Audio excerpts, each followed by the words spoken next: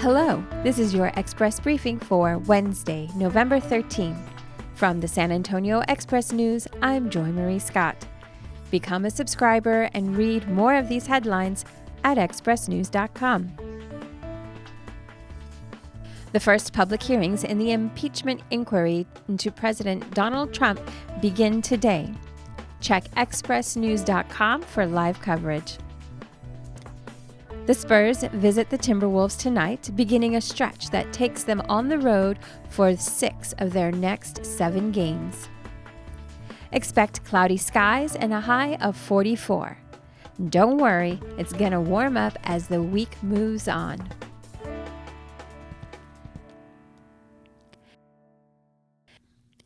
City Council is expected to discuss a resolution aimed at a proposed crude oil pipeline project. Members of the Intergovernmental Relations Committee drafted a resolution against any potential projects going across the Edwards Aquifer, despite assurances from Enterprise Products partners that the project wouldn't cross the aquifer. The move makes San Antonio the latest city to jump into a contentious debate over state eminent domain laws. Parents called for reforms to prevent mistaken child abuse allegations at a day-long hearing called by Texas lawmakers. Members of the Texas House Committee that oversees the state's child welfare system asked officials about the weight given to opinions of child abuse doctors and how to weigh child safety against the possibility of an unnecessary removal. The hearing, prompted by an investigation that highlighted the plight of parents who'd been accused of child abuse based on mistaken reports, will be the first of several, said Representative James Frank, the committee chairman. The Bexar County Jail is back in compliance with state jail standards. A surprise inspection last week resulted in a passing grade from the Texas Commission on Jail Standards, Sheriff Javier Salazar said. It ends a month-long process to get the jail back in compliance. The noncompliance finding followed a series of incidents involving improper release or transfer of inmates from the jail. The Express News is opening the deliberation of its editorial board to the public by broadcasting sessions on Facebook Live. The first occurred today when the board met with Mayor Ron Nirenberg, Bexar County Judge Nelson Wolf, and VIA Chairman Ray Saldana. The meeting focused on San Antonio's long-range transportation plan, Connect SA, and on protection of the Edwards Aquifer. On our Puro Politics podcast last month, former Mayor Henry Cisneros talked on an hourly bus service between San Antonio and Austin as a potential aspect of Connect SA. You can watch the editorial board sessions live on our Facebook page for Express News. Consider a subscription to the Express News, the voice of South Texas since 1865.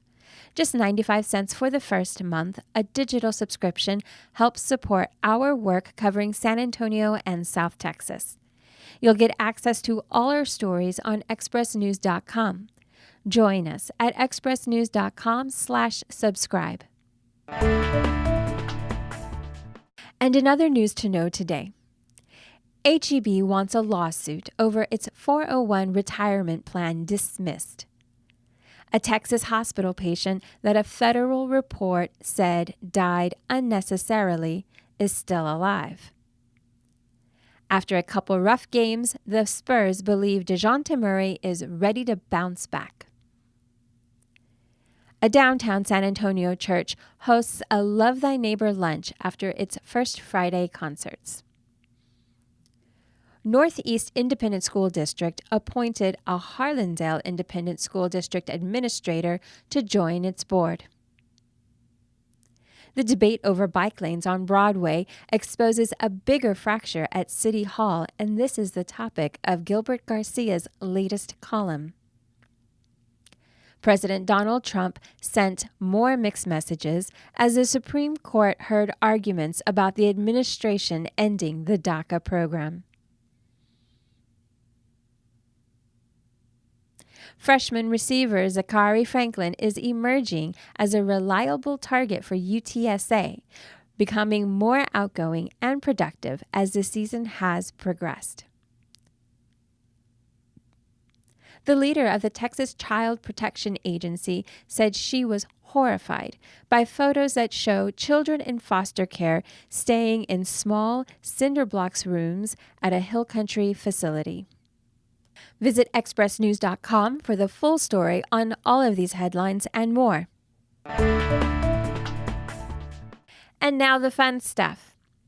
Santikos Galaxy is set to reopen with a new look and the original name.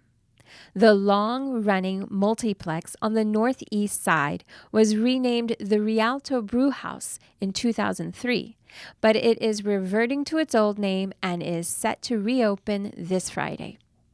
You can visit the San Antonio Botanical Garden, which will be open after sundown for a special family and flashlights events this Friday too. And a Monte Vista home tour this weekend features 4 historic homes owned by Trinity University. And that's your Express briefing for Wednesday, November 13. Get San Antonio's top news headlines daily. Subscribe on Spotify, Apple, or wherever you get your podcasts. For the San Antonio Express News, I'm Joy Marie Scott.